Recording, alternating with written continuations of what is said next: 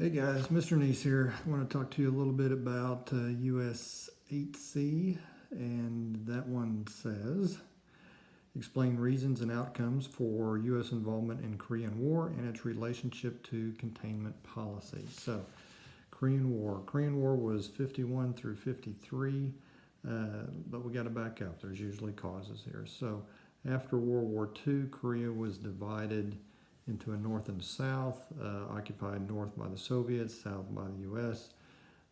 Everybody pulls out. The communist north decides to invade south and captures a significant amount of the southern part of Korea. So that forces the UN, mainly led by the United States, to move in and push back. So that's getting us into it. I'll talk about another reason here in just a second. But we get involved, we push north all the way up to the furthest north border of North Korea. North Korea borders China, and China is communist. So guess what? China's pushing back now. So ultimately the 38th parallel, I believe is what that is where the dividing line becomes, and they settle with a truce or armistice, not really a formally signed treaty, but that's kind of what is the North and South Korea that we know today. Now, getting us into that, we see this country getting overtaken by communists.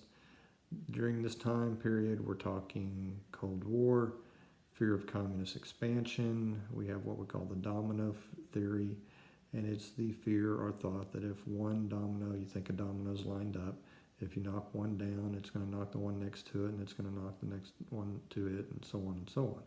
And that was the fear. If one country became communist, then the next one would become, and then another, and then another, and then another. So anytime these aggressions occurred, the attitude and the action was to go out and try to stop it and push it back. So even though for us North Korea and later Vietnam may not seem too significant to us here today and now, at that time it was a concern about the whole world becoming communist. So that is an overview of what got us into the Korean War and just a little bit of a dab into the Domino Theory.